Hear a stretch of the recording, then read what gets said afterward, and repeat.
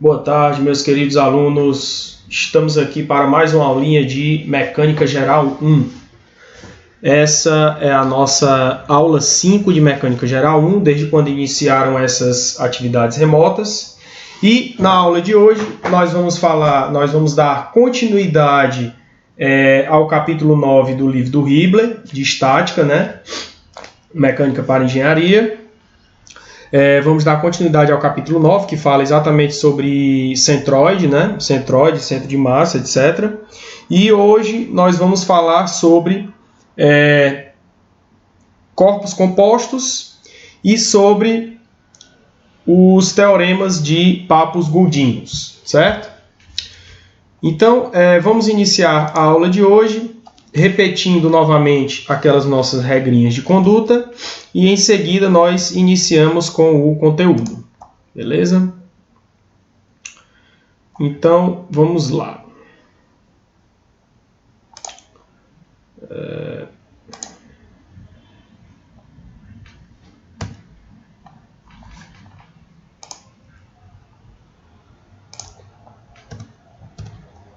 Bem, sim, quem vos fala aqui é o professor de vocês, né? Professor Ricardo Nicolas.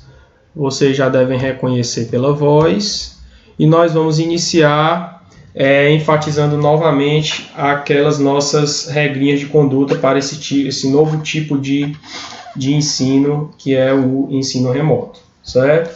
Então, enfatizando novamente a questão das nossas regrinhas de conduta, né, para que possamos manter este ambiente, um ambiente harmonioso, respeitoso e seguro entre todos, é necessário observar essas nossas regrinhas de conduta, certo?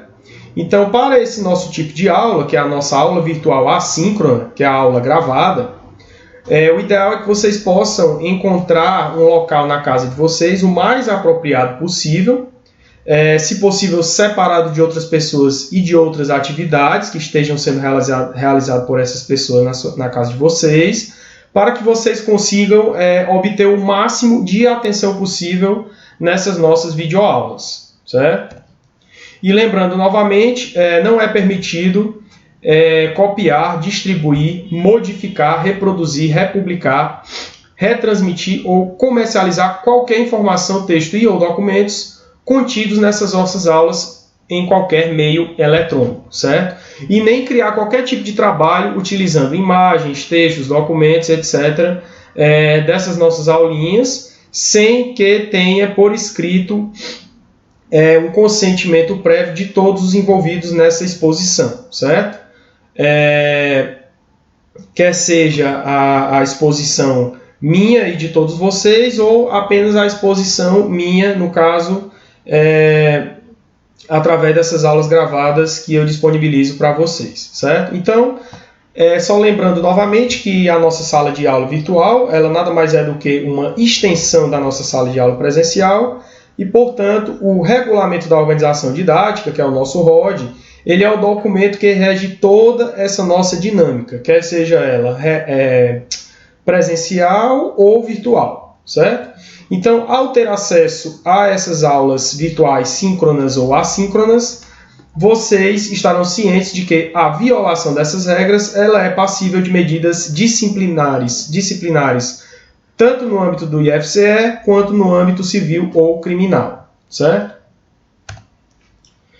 Então, vamos lá, pessoal. Nós vamos começar a aula de hoje falando sobre corpos compostos, certo? O que são esses corpos compostos? Esses corpos compostos, pessoal, são normalmente corpos formados por diversos tipos de elementos, certo? E normalmente esses corpos eles têm um formato um pouco irregular, certo? Então a ideia, o que a gente vai aprender aqui, é que vocês possam pegar esses corpos que normalmente têm formato irregular, dividir em pequenos elementos, sendo esses elementos elementos do tipo de geometria mais simples, né, de geometria regular, mais conhecida, para que a gente consiga obter o centro de gravidade desse nosso corpo composto, certo? Então, a ideia do que a gente vai apresentar aqui para vocês é exatamente isso, né? É a gente pegar esse corpo composto, dividir em elementos, pegar esse corpo composto irregular, dividir em elementos mais regulares, mais conhecidos, para que a gente possa determinar o centroide desses nossos corpos compostos, certo? Então, pessoal, vamos começar pela nossa abscissa X do centro de gravidade. Como é que a gente faz para determinar a coordenada X do centro de gravidade de um determinado corpo composto? Como é que a gente faz isso? Essa abscissa X ela pode ser determinada a partir das abscissas x1, x2 e até xn, dos n elementos que compõem esse nosso corpo composto, certo? Sendo essas abscissas as abscissas dos centros de gravidade desses elementos, certo? Aqui no caso, a gente está analisando um corpo composto do tipo placa, certo?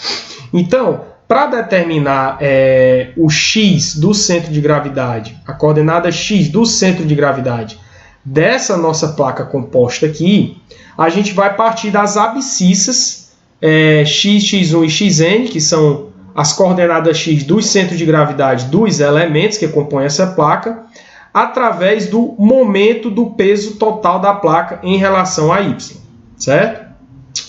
O momento do peso total da placa em relação a y, ele deve ser igual à soma dos momentos dos pesos de todas as partes que formam a placa em relação ao mesmo eixo, certo? Significa dizer que o somatório de W, que é o peso total da nossa placa, certo?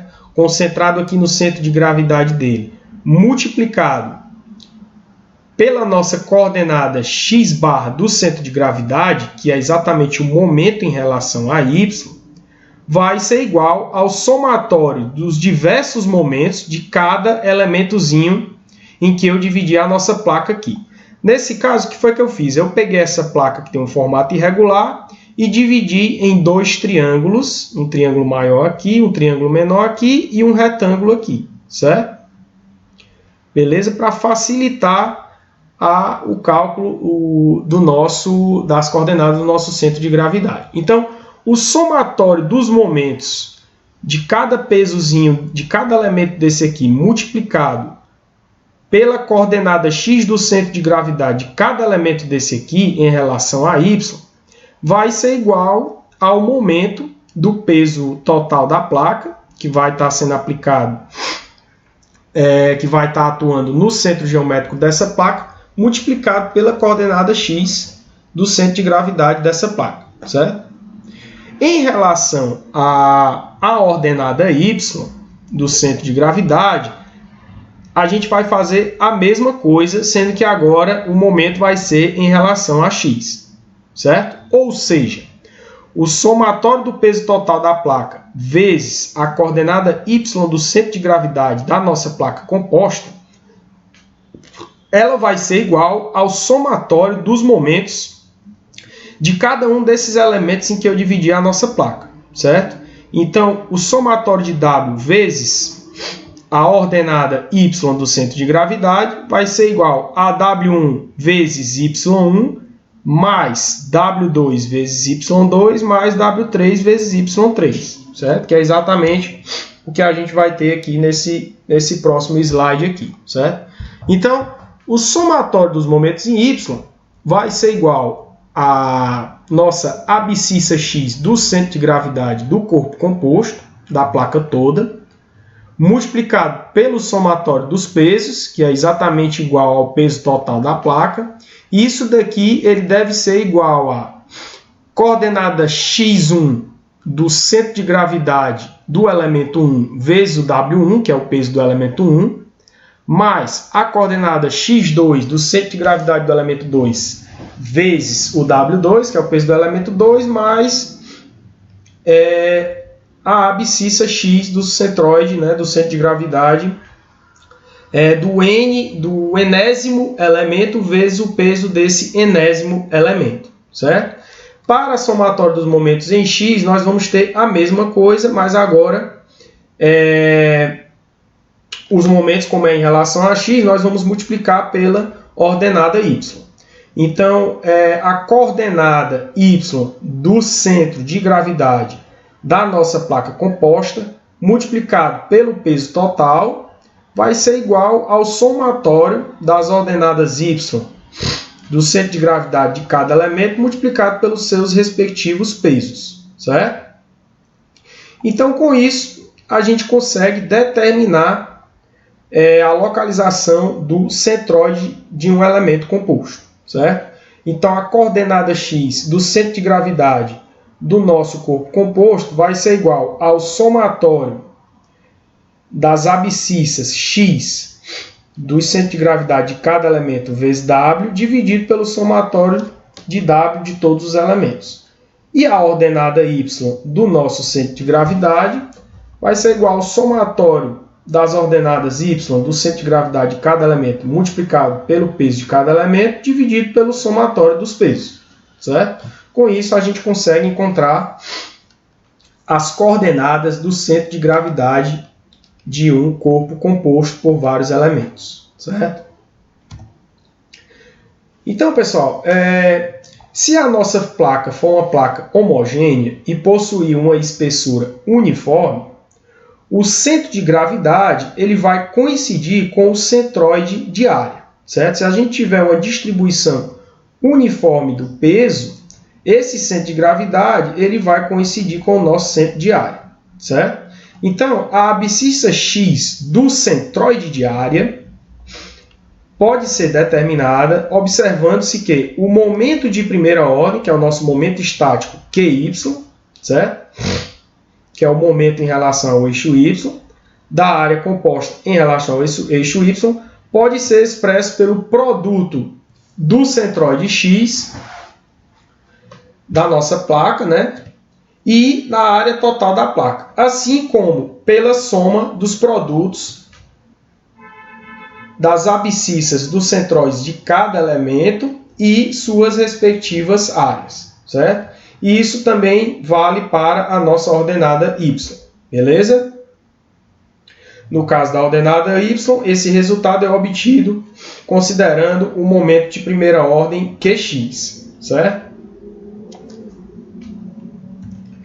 Então, com isso, pessoal, nós vamos ter isso daqui, certo? O nosso momento estático Qy, ele vai ser igual ao centroide do nosso corpo composto, multiplicado pela área total, e isso daqui vai ser igual ao somatório dos centroides das abscissas x do centroide de cada elemento, multiplicado pelas suas respectivas áreas, certo?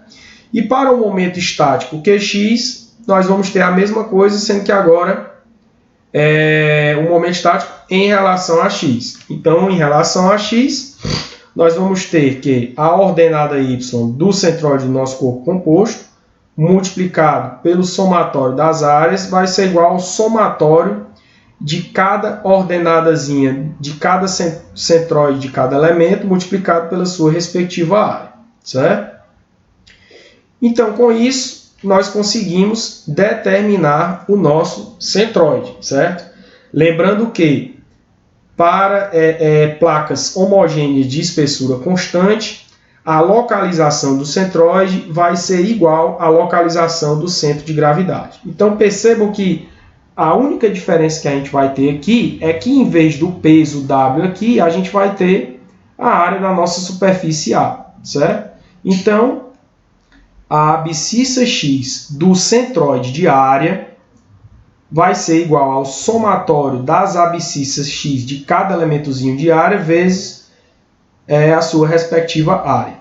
Isso tudo dividido pelo somatório das áreas. E para a ordenada y vai ser a mesma coisa. A ordenada y do nosso centroide de área vai ser igual ao somatório das ordenadas y de cada elementozinho multiplicado pelas suas respectivas áreas. Isso tudo dividido pelo somatório das áreas, certo? Então, com isso, a gente consegue determinar o centroide de área, certo? De um corpo composto de formato irregular, certo? agora vamos para a resolução de 2 exercíciozinhos sobre esse assunto, certo? Então vamos lá.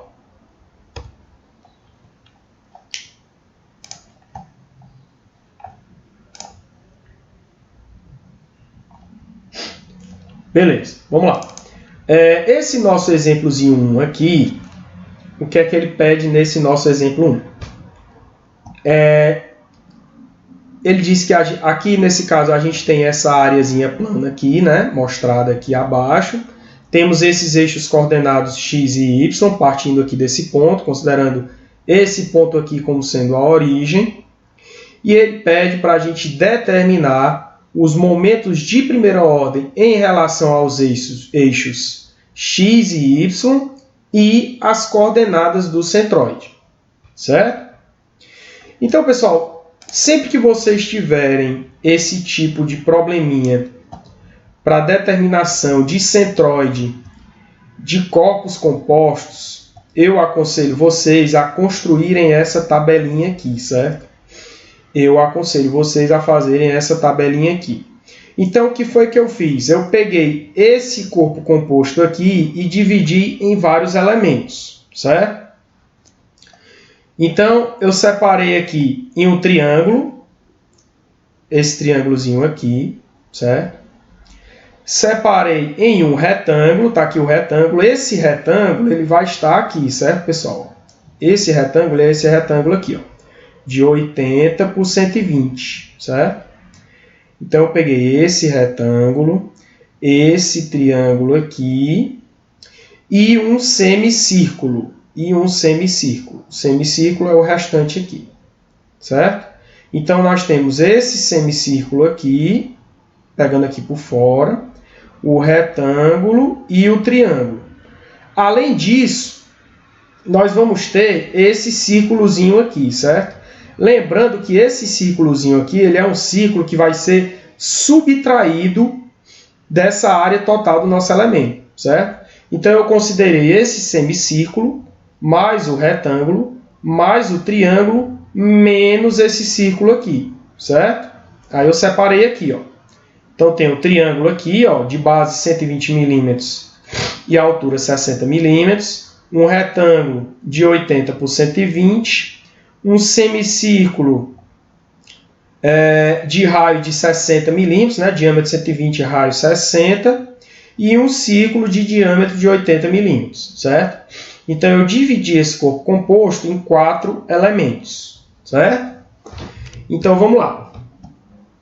Aí, o que foi que eu fiz? A primeira coluna aqui, eu vou colocar os valores das abscissas dos centroides de cada elementozinho desses aqui, certo?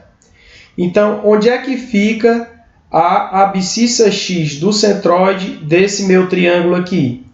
A abscissa x do centroide desse meu triângulo vai ficar a 1/3 para a direita, certo?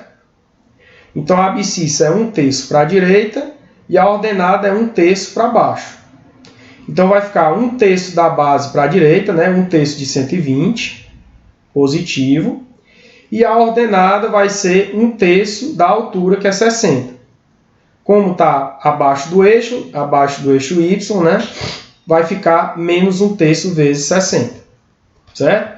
Então, essa é a ordenada x e essa é a ordenada y do centroide desse triângulo. Então, eu coloquei a ordenada x do centroide, a ordenada y do centroide e o valor da área do triângulo. A área do triângulo vai ser base vezes a altura sobre 2, que vai dar 3.600 milímetros ao quadrado, certo? Depois disso, o que foi que eu fiz? Depois disso, eu multipliquei x barra vezes a área, que é exatamente o nosso momento de primeira ordem em relação a y, né? X barra vezes a área. Então, o nosso x do centroide vezes a área deu 144.000 milímetros ao cubo. E fiz também o y barra vezes a área, que é igual ao nosso momento de primeira ordem, que é x, que deu menos 72.000 milímetros ao cubo, certo? Que é menos 20 vezes 3.600, certo? Aí isso daqui eu fiz para todos os outros elementos, pessoal. Todos os outros elementos eu fiz a mesma coisa, certo? Lembrando que vocês devem ter muita atenção em relação aos sinais, certo? Se o sinal vai ser positivo ou negativo. Essa questão dos sinais aqui vale tanto para as coordenadas x e y dos centroides, quanto para as áreas, certo? Então tem que ter muita atenção em relação aos sinais. Agora vamos para o retângulo. Onde é que está a abscissa x do centroide do retângulo? Vai estar exatamente na metade dessa dimensão do retângulo aqui, né? Esse retângulo mede 120, a metade é 60. E a ordenada do centroide, a metade da altura, que é 40 milímetros. A área do retângulo, 9.600 milímetros quadrados. E aqui eu multipliquei novamente x barra vezes a, y barra vezes a. E encontrei esses valores aqui. 5,76 vezes 10 a quinta milímetro ao cubo, 384.000 milímetro ao cubo. O semicírculo, eu vou fazer a mesma coisa, certo? Então, no semicírculo, nós temos que a abscissa x do centroide do semicírculo vai ser exatamente no centro dele, né? Então, vai ser exatamente aqui. A abscissa x vai ser metade do diâmetro, que vale 120. Então, metade de 120, 60. E a ordenada y do centroide, para descobrir quanto é que vale essa ordenada, aí a gente precisa daquelas tabelinhas, né? A gente precisa olhar a tabelinha, certo? Então, vamos olhar aquelas nossas tabelinhas, beleza? Então, deixa eu abrir aqui. Então, a ordenada y do nosso círculo vai ser igual a 80 milímetros mais o y do semicírculo. Esse y do semicírculo a gente precisa olhar na nossa tabelinha, certo? A gente precisa olhar na nossa tabelinha. Então, vamos olhar aqui. Vamos olhar aqui na nossa tabelinha.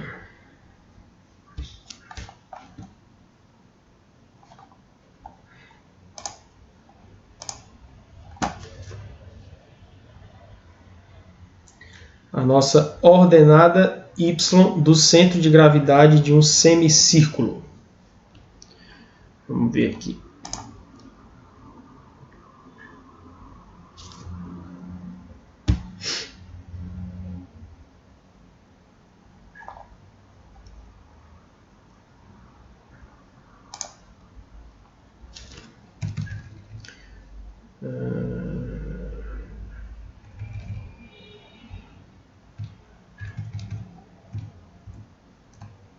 Tá aqui, né, pessoal? Ó, aqui a gente tem uma área semicircular, certo? A gente tem uma área semicircular.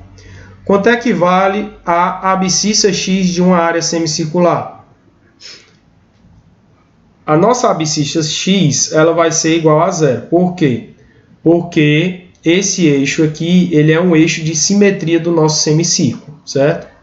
Então, o centroide ele vai estar passando aqui nesse eixo de simetria em relação a abscissa x. E em relação à ordenada y, que é essa distânciazinha aqui, nós temos que essa ordenada vai ser igual a 4 vezes o raio dividido por 3π, certo? Então, voltando lá para a nossa questão,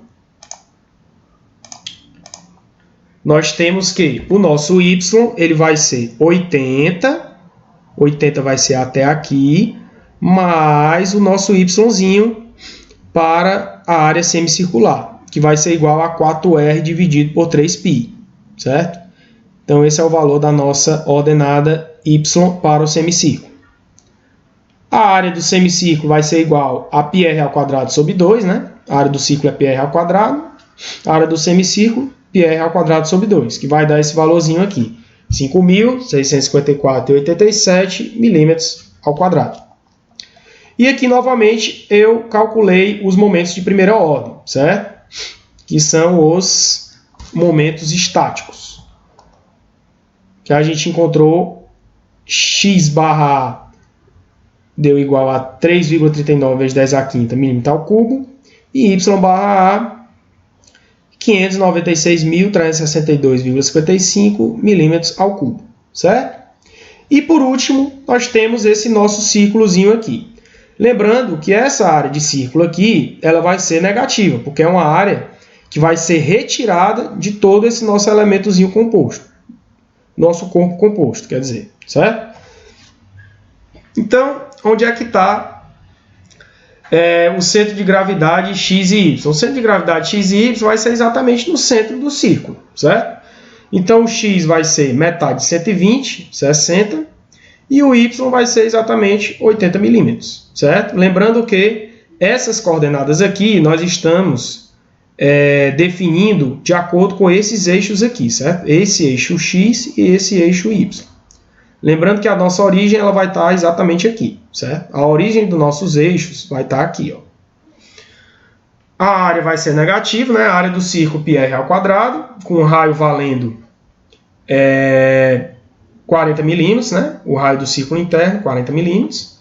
πr ao quadrado vai dar menos 5.026,55 milímetros ao quadrado, certo? E novamente eu calculo os momentos de primeira ordem do nosso círculo, certo? Como a área vai ser negativa, os momentos de primeira ordem também vão ser negativos, certo? Então aqui a gente vai ter menos 3,01 vezes 10 a quinta milímetro ao cubo para x barra A e menos 402.124 milímetros ao cubo para y barra A. E aqui embaixo eu faço o somatório das áreas, o somatório do nosso QY e o somatório do nosso QX, certo? Então, fazendo esse somatório aqui, a gente chega numa área total de 13.828,32 milímetros ao quadrado, um momento estático QY igual a 758.000 milímetros ao cubo e um momento estático QX igual a 506.238 milímetros ao cubo. Beleza? Então, pessoal, esses valores finais aqui já correspondem às primeiras perguntas aqui do nosso enunciado, certo? A primeira coisa que ele pergunta, que ele pede para a gente fazer aqui, é calcular os momentos de primeira ordem em relação a x e em relação a y, que é exatamente esses somatórios aqui, certo? Então, o momento de primeira ordem em relação a x é o nosso QY, certo? O momento de primeira ordem em relação a x... o momento de primeira ordem em relação a x é o nosso QX, certo? O momento de primeira ordem em relação a x é o QX. Esse QX vai ser o somatório de y barra A, que a gente já calculou aqui, né? Que deu 5,06 vezes 10 a quinta milímetro ao cubo. E o nosso momento de primeira ordem em relação a y, que é o nosso QY, vai ser igual ao somatório de x barra A, que vai dar exatamente esses nossos 7,58 vezes 10 a quinta milímetro ao cubo, certo? Então, esses são os momentos de primeira ordem, beleza? Agora, calculados os momentos de primeira ordem, o cálculo das coordenadas do centroide fica fácil, né? Aí fica fácil. Por quê? Porque a nossa abscissa x do centroide desse nosso corpo composto aqui vai ser igual ao momento de primeira ordem em relação a y, certo? Que é o somatório de x vezes A, dividido pelo somatório de áreas. Então, a gente substitui os valores aqui, né? O nosso QY é 7,58 vezes 10 a quinta milímetro ao cubo, dividido pelo somatório das áreas, que eu já fiz esse somatório aqui, ó, dá 13.828,32 milímetros ao quadrado. Com isso, a gente encontra a abscissa x do centroide desse nosso corpo composto, que vale 54,815 milímetros, certo? Então, significa dizer que a coordenada x do centroide desse corpo composto aqui vai estar um pouquinho antes aqui da metade dessa dimensão aqui do nosso corpo, certo? Vai estar um pouquinho antes aqui, certo? E a nossa coordenada do centroide, a nossa coordenada y do centroide vai ser igual ao momento de primeira ordem em relação a x dividido pelo somatório das áreas. Então, a gente substitui aqui o momento de primeira ordem em relação a x, que é o somatório de y barra A, que é 5,06 vezes 10 a quinta milímetro ao cubo, dividido pela área total, que é 13.828,32 milímetros ao quadrado. Com isso, a gente encontra o valor da nossa coordenada y do centroide desse nosso corpo composto aqui, que vale 36,592 milímetros. Beleza? Ok. Então, o nosso centroide, ele vai estar mais ou menos, um pouco menos da metade desses 80 aqui, né? E um pouco antes da metade aqui. Vai estar mais ou menos aqui, ó. O centroide desse corpo composto, ele vai estar mais ou menos aqui, onde está indicado o mouse aqui, certo? Agora vamos para o exemplo 2. Vamos para o exemplo 2. Nesse nosso exemplo 2, pessoal, a gente vai ter que calcular o centroide de um fio, certo? A gente vai ter que calcular o centroide de um fio, certo? O procedimento para encontrar as coordenadas do centroide de um fio é o mesmo procedimento para encontrar as coordenadas do centroide de uma superfície, certo? O procedimento é o mesmo. Novamente, nós vamos montar a nossa tabelinha para facilitar a nossa vida, certo? Nesse caso aqui, eu dividi em 3 elementos. Eu tenho o elemento 1, que é essa semicircunferência aqui, o elemento 1. Elemento 2, que é essa barrinha aqui ao longo do eixo Y. E elemento 3, essa barrinha ao longo do eixo Z aqui, certo? Então aqui nós temos 3 elementos. Eu dividi aqui em 3 elementos. 1, 2 e 3. E aqui eu fiz o somatório, certo? Então vamos lá. Elemento 1. Onde é que está localizado a coordenada x do centroide do nosso elemento 1? A coordenada x do centroide do elemento 1 vai estar exatamente aqui na metade, né? Na metade desse nosso diâmetro aqui, certo? Que vale 60 milímetros. A coordenada y do centroide desse elemento, aí a gente vai precisar lá da nossa tabelinha para poder encontrar essa coordenada y, certo? Então a gente vai aqui na tabelinha de fios, certo? Essa aqui é a tabelinha de fios. Essa aqui é uma tabelinha de superfícies. Essa aqui é a tabelinha de superfície e essa aqui é uma tabelinha de fios, certo? Então aqui a gente tem 1/4 de circunferência, aqui a gente tem uma semicircunferência e aqui a gente tem um arco circular, certo? Um arco de circunferência, certo? Então no nosso caso lá é uma semicircunferência. Quanto é que vale a coordenada y de uma semicircunferência? A coordenada y de uma semicircunferência vale 2r sobre π. Então nós vamos lá a nossa questãozinha de novo e colocar a coordenada y sendo 2r sobre π. Agora, por que é negativo? Pessoal, essa coordenada y ela vai ser negativa porque o nosso eixo y ele é positivo aqui para a direita, certo? Então, como o centroide dessa nossa semicircunferência vai estar aqui para a esquerda, essa nossa coordenada y ela vai ser negativa, certo? Então, nós vamos ter um y barra de menos 2 vezes r dividido por π. Quanto é que vale a nossa coordenada z do elemento 1? O nosso elemento 1 ele vai estar no plano xy. Então, nossa coordenada z vai ser 0, certo? Comprimento. Comprimento vai ser a metade do comprimento da circunferência. Vai ser 2πr dividido por 2, que dá πr. E, novamente, aqui, eu multiplico x barra por L, y barra por L, e aqui nesse caso, como se trata de um fio tridimensional, eu vou ter que multiplicar também o z barra por L, certo? Então, multiplicando x barra por L, eu vou ter 1,3 vezes 10 a 4 milímetro ao quadrado. Y barra por L, o y negativo, menos 7.200 milímetros quadrados. E o z barra L, como o z barra é 0, o z barra L vai ser igual a 0.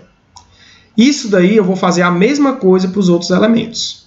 Elemento 2, nós temos essa barrinha aqui. Coordenada x do elemento 2, 0. Do centroide do elemento 2, né? 0. Coordenada y do centroide do elemento 2, 20 positivo, né? Que vai ser exatamente a metade desse comprimento. Coordenada z do elemento 2, 0, porque o nosso elemento 2 também está no plano xy, certo? na verdade, o nosso elemento 2 ele está em cima do eixo Y, né? Está em cima do eixo Y. Então, em cima do eixo Y. Então, o x barra 0 e o z barra 0. Comprimento, 40 milímetros. E aqui eu multiplico. X barra por L dá 0. Y barra por L dá 20 vezes 40, que dá 800 milímetros quadrados. Z barra por L também vai dar 0, certo? E agora elemento 3. Elemento 3, coordenada x do centroide do elemento 3. Vai estar bem aqui, né? Vai ser quanto? 0, né, pessoal? 0. Coordenada x, 0. Coordenada y do centroide. Coordenada y do centroide, 40 milímetros. Coordenada z do centroide, aqui o comprimento dele é 20 milímetros, né? Coordenada do centroide vai ser a metade do tamanho dele, que vai ser 10. Como o z ele é positivo para cima, aqui vai estar para baixo, essa coordenada vai ser negativo, menos 10, certo? E aqui eu multiplico novamente. O L vai ser 20 milímetros, comprimento, certo? E aqui eu faço as multiplicações. X barra vezes L vai ser 0. Y barra vezes L vai ser 40 vezes 200, que dá 800 milímetros quadrados. E o Z barra vezes L, que vai ser igual a menos 10 vezes 20, que vai dar menos 200 milímetros quadrados. E por último eu faço o somatório. Somatório dos comprimentos, que vai dar 248,5 milímetros. Somatório de x barra L, que é o nosso momento estático Y, né? Nosso momento estático Y, que vai dar 1,13 vezes 10 a 4. O nosso Y barra L, que vai dar menos 5.600 milímetros quadrados. E o nosso Z barra L, somatório, vai dar menos 200 milímetros quadrados. Beleza? Certo, pessoal? Aqui foi só o cálculo que eu fiz separado aqui da ordenada y do centroide do elemento 1, né? Que é menos 2r sobre π. Eu fiz o cálculo aqui separado. E aqui o cálculo do comprimento do elemento 1, que é 188,5 milímetros, certo? Então pronto, pessoal. No final, a gente consegue determinar as coordenadas do centroide desse fio composto aqui, simplesmente dividindo, né, o somatório de cada uma das coordenadas multiplicado pelo comprimento dividido pelo somatório dos comprimentos, certo?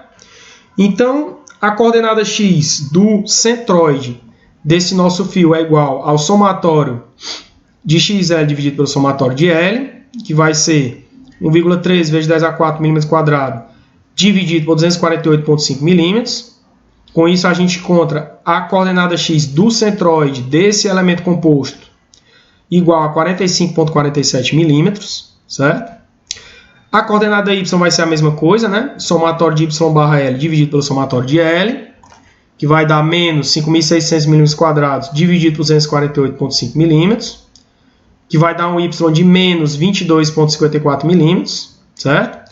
Então, significa que o nosso centroide ele vai estar à esquerda aqui em relação ao nosso eixo y. E a coordenada z, o somatório de z barra L dividido pelo somatório de L, que vai ser menos 200 milímetros quadrados dividido por 248,5 milímetros, que vai dar uma coordenada de centroide z barra igual a menos 0,805 milímetros. Beleza? Então, pessoal, vocês percebam aí que quando a gente monta essas tabelinhas aqui, certo? Essas tabelinhas ela vale para centroide de superfície, centroide de fio, né? Centroide de linha, e também vale para centroide de volume, certo? E também vale para centroide de volume, beleza? Então, montando essa tabelinha aqui, a gente consegue encontrar as coordenadas do centroide de qualquer corpo composto, certo? Deixa eu só ver aqui em quanto tempo está a nossa aula já. Dá uma olhada aqui.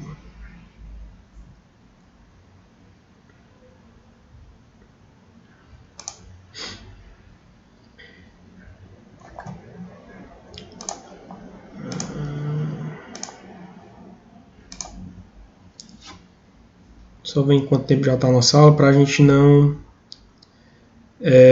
se prolongar muito, né? 40 minutos, dá para a gente continuar, tá? 40 minutos ainda. Então vamos continuar. Certo. Beleza. Então vamos lá, pessoal. Vamos agora para a segunda parte do conteúdo, certo?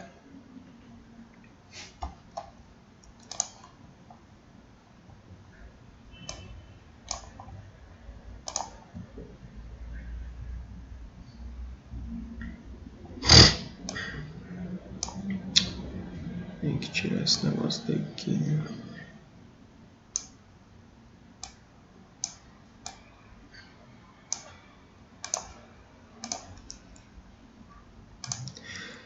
Nessa segunda parte do conteúdo, a gente vai falar sobre os teoremas de Papus-Goldinus, certo? São 2 teoremas, certo?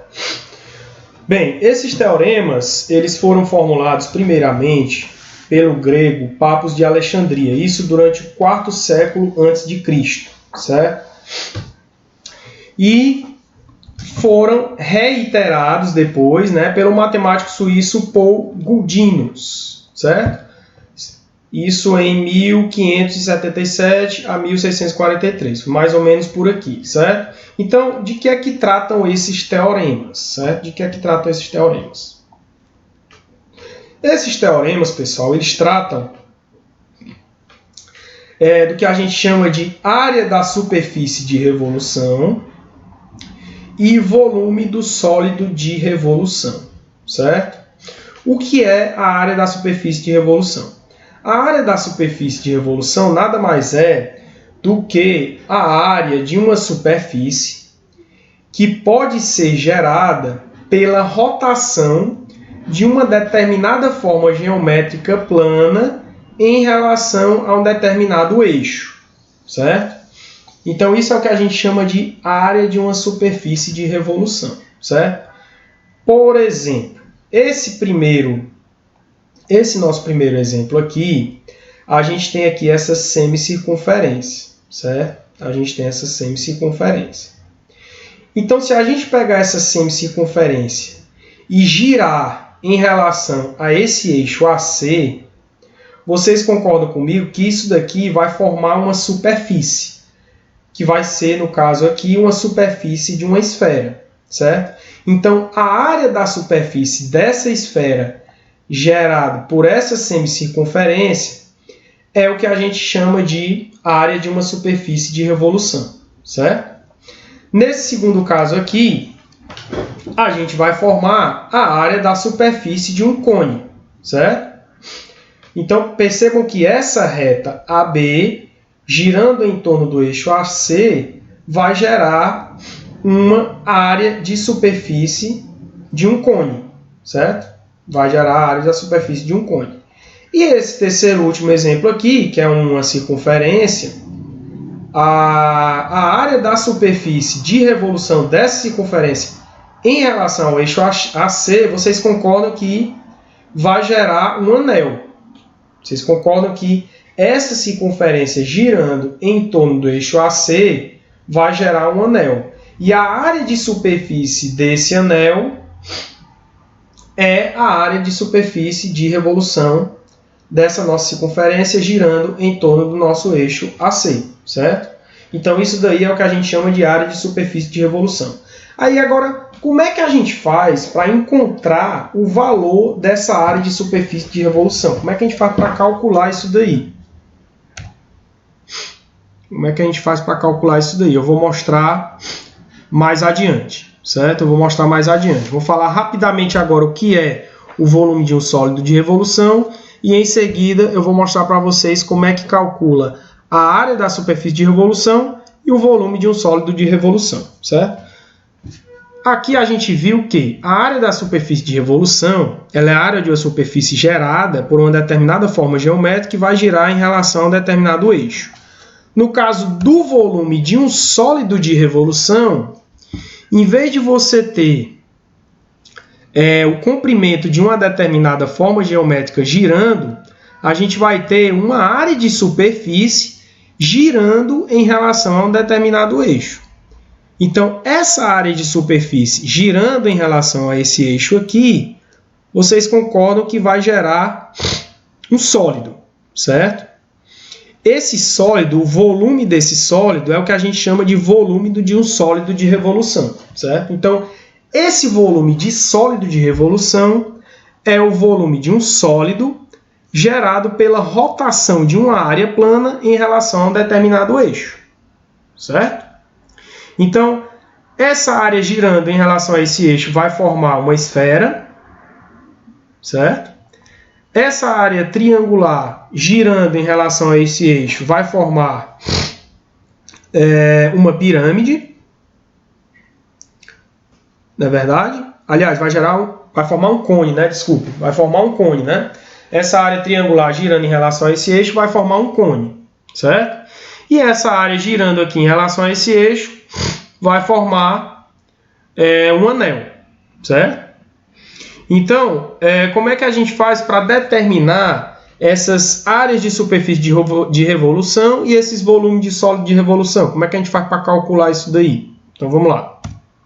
Bem, Teorema 1. O Teorema 1 de Papus-Guldinos, o que é que ele diz? Ele diz que a área de uma superfície de revolução ela vai ser igual ao comprimento da curva geradora, no caso esse comprimento,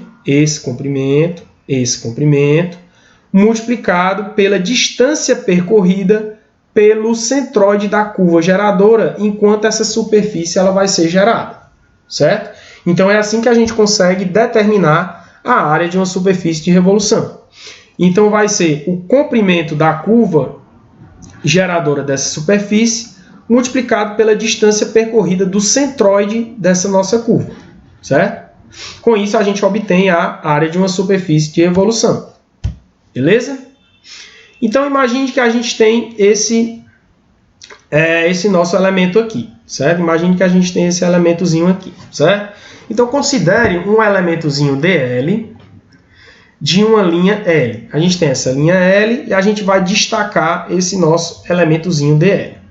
Esse nosso elementozinho DL, ele vai percorrer uma trajetória em torno do eixo X, certo? Ele vai percorrer essa trajetória aqui. A área gerada por esse elementozinho DL, percorrendo essa trajetória, vai ser igual a 2 vezes π vezes y vezes dl, certo? Lembrando que esse y aqui é a posição do centro de gravidade desse nosso elementozinho dl aqui, certo?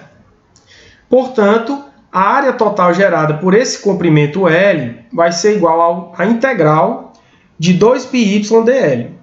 Sabendo que a integral de y dl vale y barra vezes L, lembrando que o nosso y barra é o centroide do nosso elementozinho dl, nós vamos ter que a área total gerada por esse elementozinho dl vai ser igual a 2π vezes y barra, onde y barra é o centroide do nosso elemento dl, multiplicado pelo comprimento total L, certo?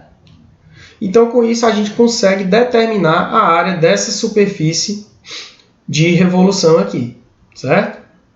Lembrando que essa coordenada y barra aqui é a posição do centroide desse nosso elementozinho L aqui, beleza? Então, qual vai ser a distância percorrida por esse centroide? Vai ser igual a 2π vezes o raio do centroide, né? Vezes o raio dessa circunferência aqui, que vale y barra, certo? Então, a nossa área de superfície de revolução vai ser igual a 2π vezes a posição do centroide em relação ao eixo de rotação, multiplicado pelo comprimento do nosso elemento que vai gerar essa superfície. Beleza? E o teorema 2? O teorema 2 é o teorema que fala do volume de um sólido de revolução. No teorema 2, ele diz que o volume de um sólido de revolução ele vai ser igual à área da superfície geradora multiplicado pela distância percorrida pelo centroide da área enquanto o sólido é gerado, certo? Beleza? Então, segue o mesmo princípio do teorema 1 da superfície de revolução, certo?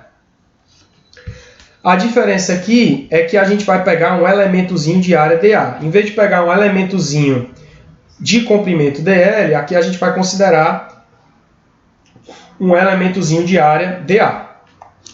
Então, considerando esse elementozinho de área dA de uma área total A, que percorre uma trajetória em torno desse nosso eixo x, o volume do sólido gerado por esse elementozinho dA vai ser igual a 2πy dA. Portanto, o volume total do nosso sólido vai ser igual à integral de 2πy dA.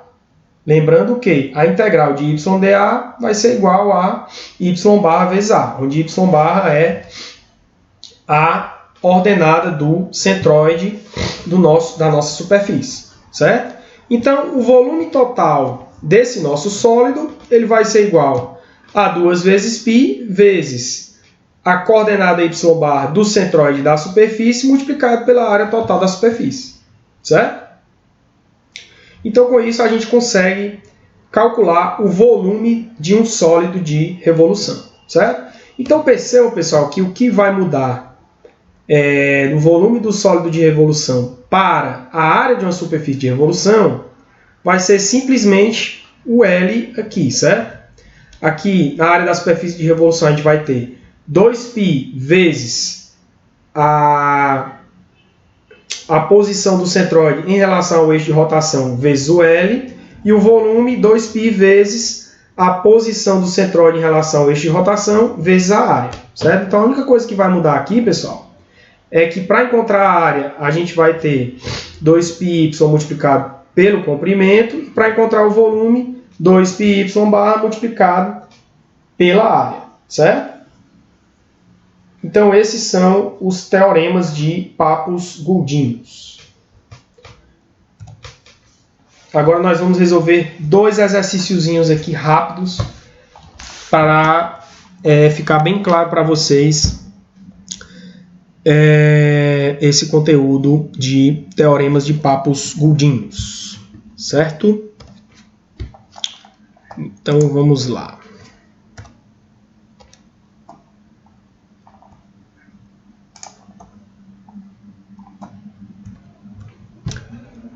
Vamos lá.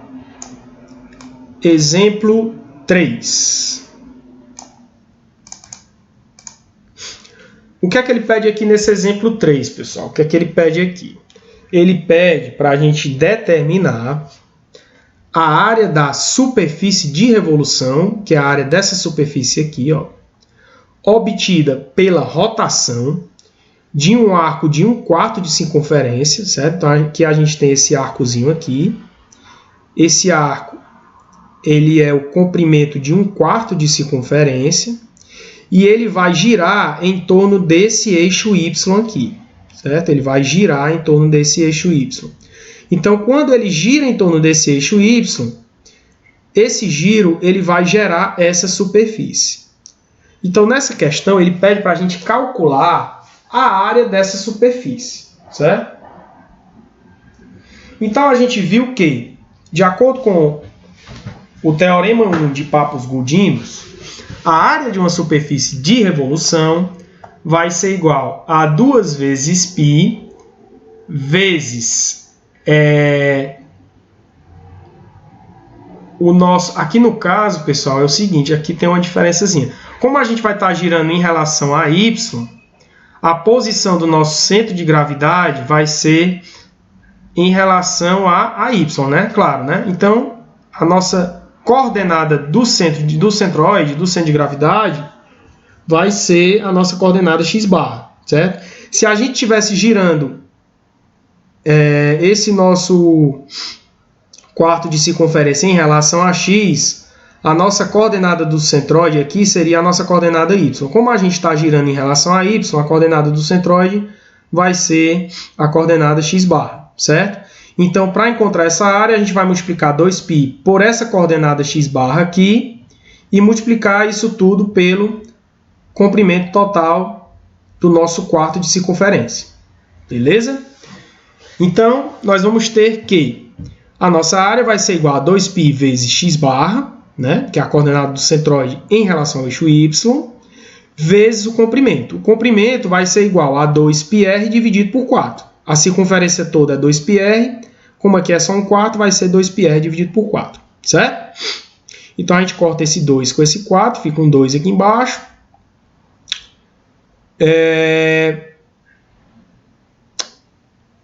Certo? Fica o 2 aqui embaixo. Aqui eu podia ter cortado esse 2 com esse 2, mas acabei não cortando, né? Não tem nada não, deixa aí.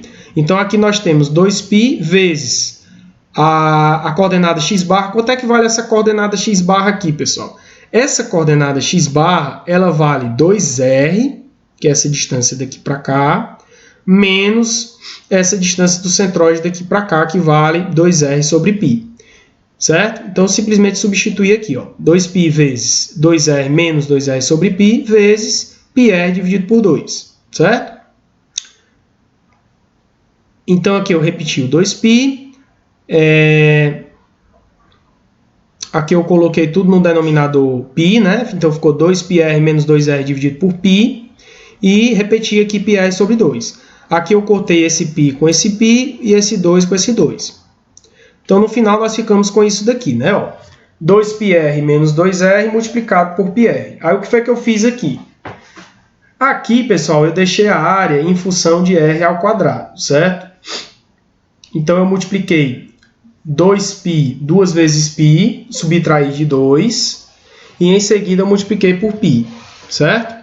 E aqui o r aqui de dentro ficou multiplicado por esse r de fora, então eu achei uma área de 13,456 vezes r ao quadrado, certo? Então, esse é o valor da nossa área da superfície de revolução em relação a r, certo? Porque aqui nessa questão, ele pede para encontrar essa área em relação ao nosso rzinho, beleza? Vamos para a próxima questão.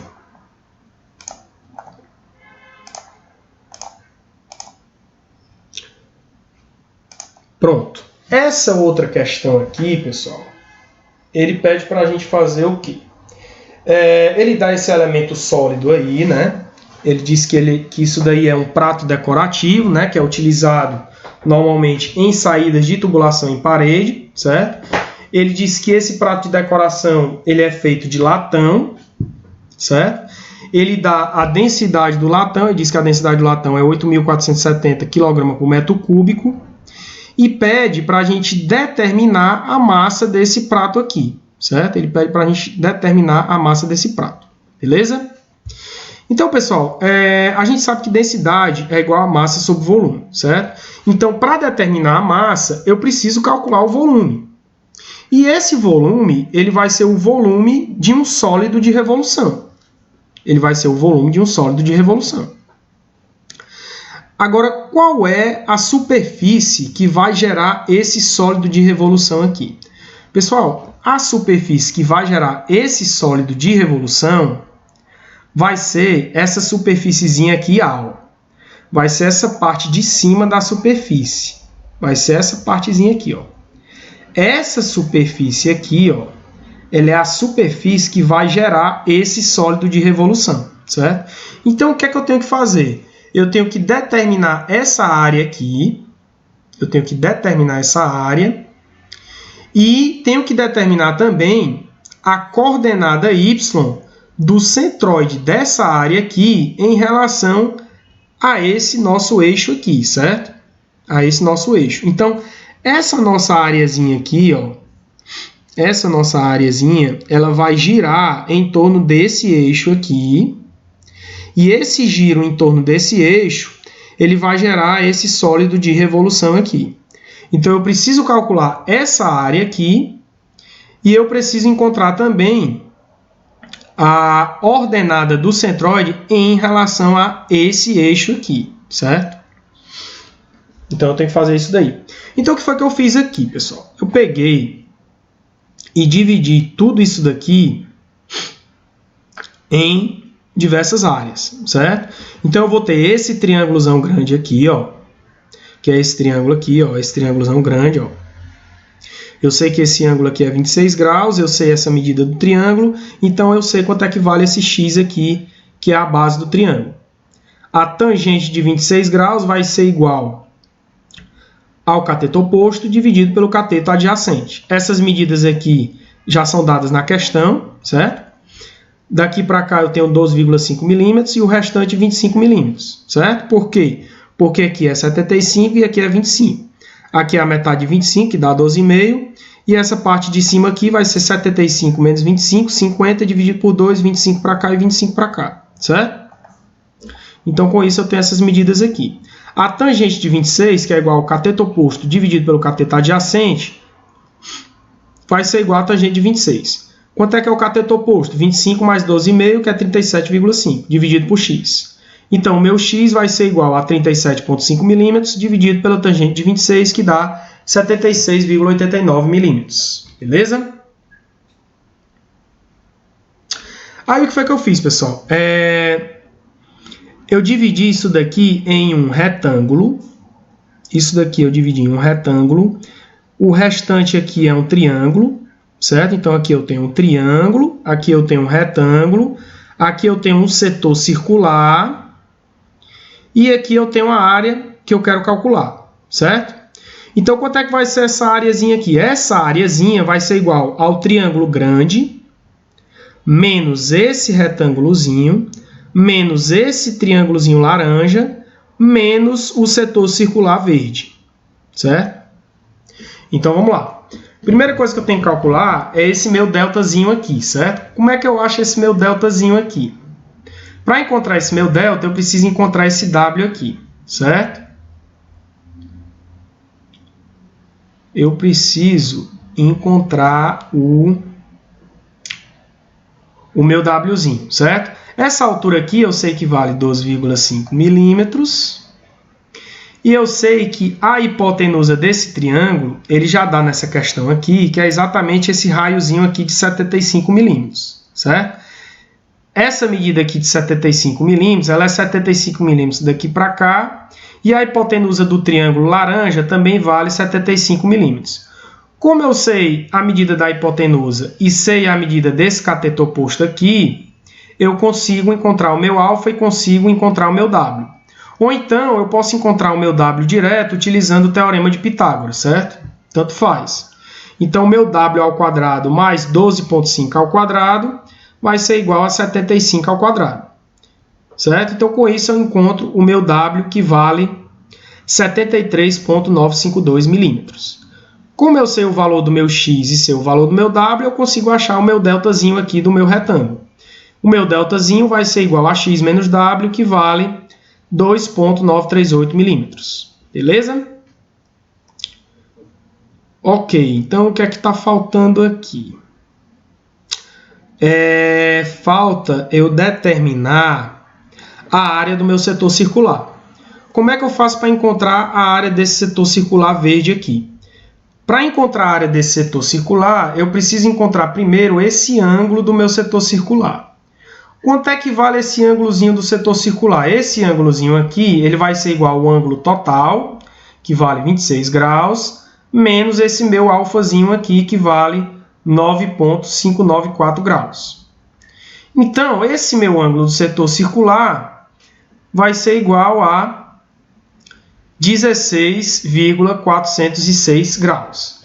Então, para encontrar a área desse meu setor circular, eu utilizo a regra de 3. Eu sei que a área do círculo todo, são 360 graus, vale πr ao quadrado. Então, para 16,406 graus, eu tenho a minha área 2, que é a área do setor circular verde. Então, minha área 2 vai ser igual a πr ao quadrado, sendo o meu r igual a 75 milímetros, vezes 16,406 graus, dividido por 360 graus. Então, com isso, eu encontro uma área A2 de 805,3276 milímetros quadrados. Beleza? Ok. Pronto. Então, pessoal, com isso, eu consigo determinar agora a minha áreazinha A, que é a minha área que vai gerar esse volume, que vai gerar esse sólido aqui, certo? Então, essa minha áreazinha A vai ser igual a quanto? Vai ser igual à área do triângulozão grande, que é base vezes a altura sobre 2, né? X vezes a altura 37,5 dividido por 2, menos a área do retângulozinho, que vai ser delta vezes 12,5, menos o delta, que é 2,938 vezes 12,5, menos a área desse triângulozinho laranja, que vai ser base vezes altura sobre 2, que é W vezes 12,5 sobre 2, né? Que vai ser 462,2 milímetros quadrados, menos a área do setor circular verde, que vale 805,3276, que eu já tinha calculado, certo? Então, pessoal, fazendo essas continhas aqui, eu encontro a área da minha superfície que vai gerar esse sólido. Então, a área da superfície que vai gerar esse sólido, ela vale 137,4349 milímetros quadrados. Beleza? Beleza. Pronto. Aí agora, pessoal, eu preciso encontrar o centroide dessa minha área aqui. Eu preciso encontrar o centroide dessa minha área. Como é que eu faço para encontrar o centroide dessa minha área aqui? Na verdade, eu não preciso encontrar as duas coordenadas do centroide. Eu só preciso encontrar a coordenada do centroide em relação ao eixo de giro, que é exatamente a minha coordenada y', certo? Eu só preciso encontrar a minha coordenada y'. Então, novamente, eu vou montar essa tabelinha para poder encontrar a coordenada y' do centroide da minha areazinha A, certo? Então, aqui, novamente, eu dividi em vários elementos. Então, o elemento 1 vai ser o retângulozinho pequeno, elemento 2 vai ser o meu setor circular, o elemento 3 vai ser o triângulozinho laranja e o elemento 4 vai ser a área total, que é o triângulo grande, certo? Então, aqui eu coloco os valores das ordenadas do centroide de cada elemento. Então, vamos lá, né? O meu retângulozinho, quanto é que vale a ordenada do centroide do meu retângulo em relação ao eixo de rotação? Vale metade de 12,5. Metade de 12,5, 6,25. Quanto é que vale a área do retângulozinho? Delta vezes 12,5, que vale menos 36,725 milímetros quadrados. Por que é menos? É menos porque essa área ela vai ser subtraída da área total do triângulo grande. Por isso que é menos. Então, y' vezes A vai ser menos 229,53 milímetros ao cubo. Vamos para o elemento 2, setor circular. Onde é que está localizado a ordenada y' do meu setor circular? Pronto. Essa ordenada y' do setor circular já é um pouquinho mais complicado para a gente encontrar, certo? Para fazer isso daqui, primeiro eu vou traçar a bissetriz desse setor circular, certo? Eu vou ter que traçar a bissetriz. Por quê? Porque o centroide desse setor circular vai estar localizado exatamente nessa bissetriz, certo? E eu vou precisar daquela minha tabelinha de setor circular, que é essa tabelinha aqui, ó. Eu vou precisar dessa minha tabelinha de setor circular para encontrar essa coordenada x' do meu setor circular, certo? Que vai estar localizado exatamente na bissetriz desse setor circular. E esse meu x' aqui, ele vale 2r seno de alfa dividido por 3α, onde alfa é a metade do ângulo do setor circular, certo? Então, vamos voltar lá para a questão. Então, voltando aqui para a nossa questão, a gente vai ter que o x' do setor circular vai ser igual a 2r seno alfa dividido por 3α. Lembrando que o valor do alfa aqui embaixo é em radianos, certo? Então, aqui eu vou ter o R, que vale 75 milímetros, e o meu ângulo alfa vai ser a metade do ângulo do setor circular verde. O ângulo do setor circular verde é 16,406. A metade desse ângulo vai ser 8,203 graus. Então, a coordenada x do centroide do setor circular vai ser igual a 2 vezes 75 vezes o seno de alfa, que vale 8,203 graus, dividido por 3 vezes esse ângulo aqui em radiano, que vai dar 0,14317. Fazendo essas continhas, a gente encontra uma coordenada do centroide do setor circular, coordenada x aqui no caso, igual a 49,829 milímetros, certo? Então, pessoal, esse nosso centroide, ele vai estar localizado ao longo da bissetriz desse setor circular, certo? E essa coordenada x vai ser igual à hipotenusa desse triangulinho aqui, ó, onde a hipotenusa vai ser igual à coordenada x do centroide do setor circular, que vale 49,829, e o y do centroide desse setor circular, que é o que eu quero saber, vai ser igual a essa distância vertical aqui, certo? E eu sei que esse ângulo aqui, ele vai ser igual ao ângulo da metade do setor circular, que é metade de 16,406, mais esse ângulozinho alfa aqui. Então, vai ser 8,203 mais 9,524, que vai dar um ângulo de 17,797 graus. Então, sabendo o ângulo e sabendo o valor da hipotenusa, a gente finalmente encontra a ordenada y do centroide desse setor circular em relação ao eixo de rotação da nossa superfície que vai gerar o nosso sólido de revolução. Então, seno desse ângulo vai ser igual a y2 dividido por isso daqui. Com isso, a gente encontra o nosso y barra do setor circular, que vai ser igual a 15,23 milímetros. A área a gente já tinha calculado, que é 805,3276. A gente já tinha calculado. Lembrando que essa área também vai ser negativa, porque vai ser subtraído do triângulozão grande.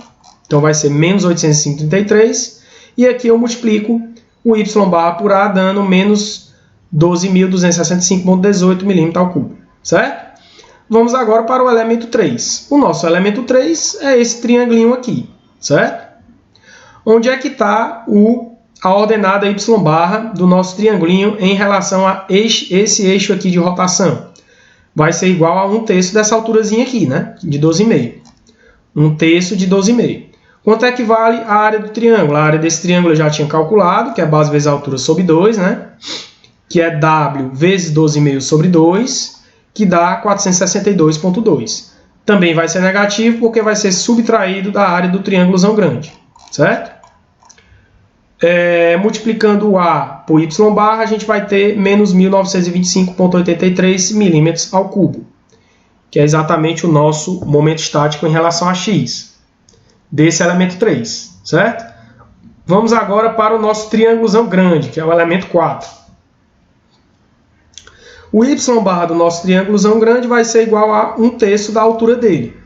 A altura dele é 37,5, 1/3 de 37,5.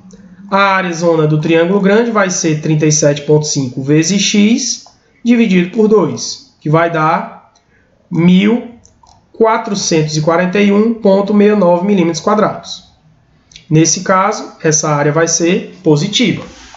Y barra vezes A vai dar 18.021,09 milímetros ao cubo, milímetros cúbicos, né?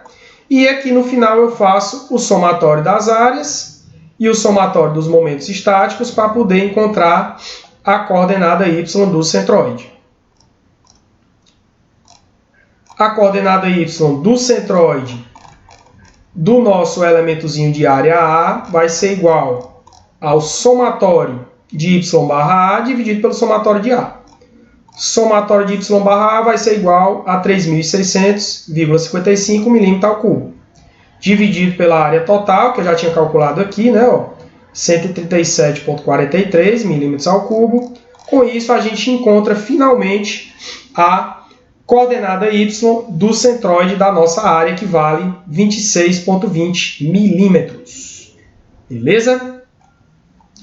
Então, esse nosso y barra aqui é a coordenada y do centroide dessa nossa areazinha aqui em relação a esse eixo aqui de rotação. Beleza?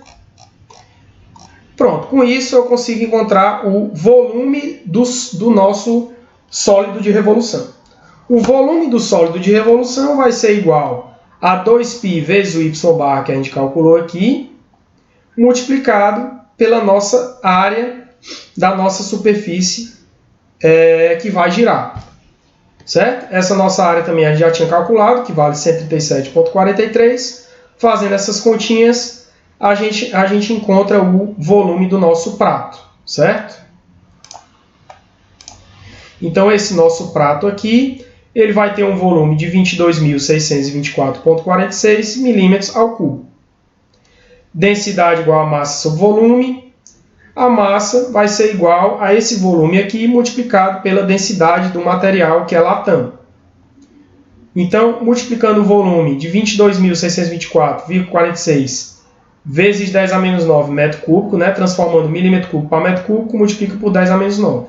Isso tudo multiplicado por 8.470 quilos por metro cúbico, a gente consegue encontrar a massa do nosso prato em quilograma. A massa do nosso prato em quilograma vai ser 0,19163 kg. Aqui eu já transformei em grama, multipliquei por 1000 para encontrar a nossa massa em grama. Então, finalmente, a gente encontra a massa do nosso prato, que vale 191,63 gramas. Beleza?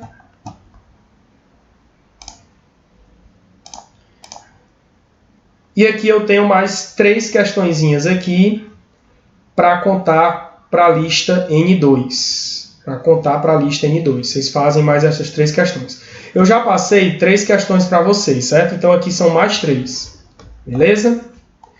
Então, pessoal, o que eu tinha para falar para vocês hoje era isso, certo? Espero que vocês tenham gostado da aula de hoje. Se vocês tiverem alguma dúvida, vocês podem falar comigo através do Google Classroom ou podem mandar um e-mail para mim, certo? Espero que vocês tenham dessa nossa matéria. Repetindo mais uma vez, qualquer dúvida, vocês podem vir falar comigo, certo? Fiquem com Deus e até a nossa próxima aulinha.